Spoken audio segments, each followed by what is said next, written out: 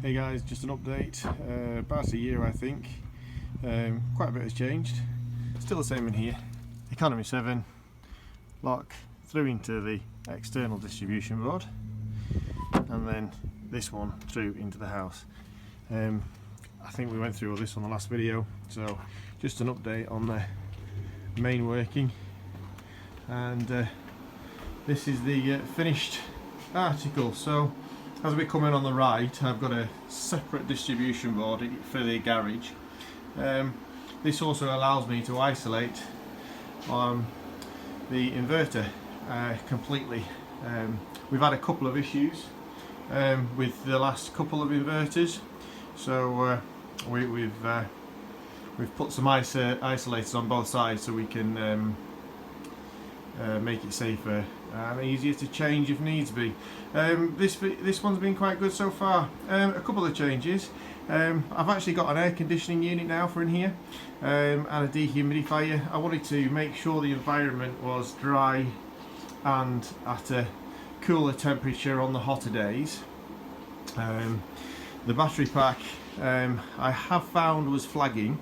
I've had it for about 2 years now. And I was introduced to this little work of art about 3 weeks ago, and it's a battery extra. Very dubious if it works or not, but for the past 3 weeks my batteries have been taking in more energy than I've been using, so I'm actually thinking that it's rejuvenating my batteries quite well. I've added this little box as well. It doesn't actually look really tidy, but this gives me a good insight of what power's going into the battery and what's coming out.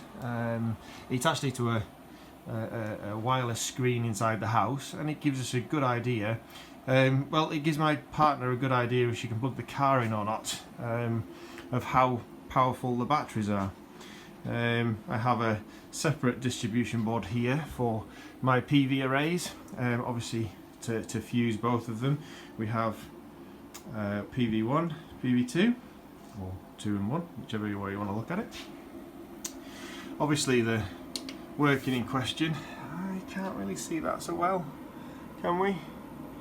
There we go, all working quite well. Just a bit of a closer look at my battery bank.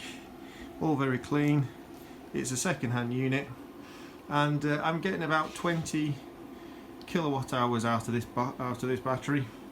Been doing a few testings recently to make sure that the batteries are coming up to voltages. I have 2 quite low ones here and here, 14 and 13, but I'm going to hopefully that battery extra will revive some battery life. So my isolators, I've got this little thing. How well it does for the actual the humidity, I don't know, we'll see. I have a PC up here connected all the time. It's a little bit of a project this for me, more than it's a project, and I like to dial in when I'm away, so I have a small computer on the back, and I can dial into that, and I use a program called TeamViewer, and that allows us to dial in at any point. I got that fire extinguisher just as a in case, but you know, what ifs and hows and buts. I think I've had a lot of that recently, and it's been working really well, I've got to say. The only thing I'm missing, which I have bought and I will do an update shortly, is a energy meter that tells us exactly how much energy we're exporting, how much we're importing, and how much we're generating. I will give you an update on that when that comes.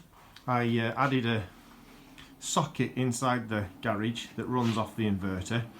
The reason for that is pretty much everything in the house is run off the inverter, and I hadn't got a socket inside the garage so I can run all my computers and the aircon units. There's no point running the aircon units off the mains, so when we've got a nice hot sunny day, the aircon unit can be cooling down whilst producing the energy needed. It's more of a just in case, the aircon unit, than anything else. and yeah, it works quite well. I've got the aircon unit round the back of the dryer with the dehumidifier. Yes, they do the same thing, but having the dehumidifier on only uses 100 watts to 200 watts, and that can be left on all night on really rainy days. Met some really nice people, met some awkward people. This is DIY, it is mine.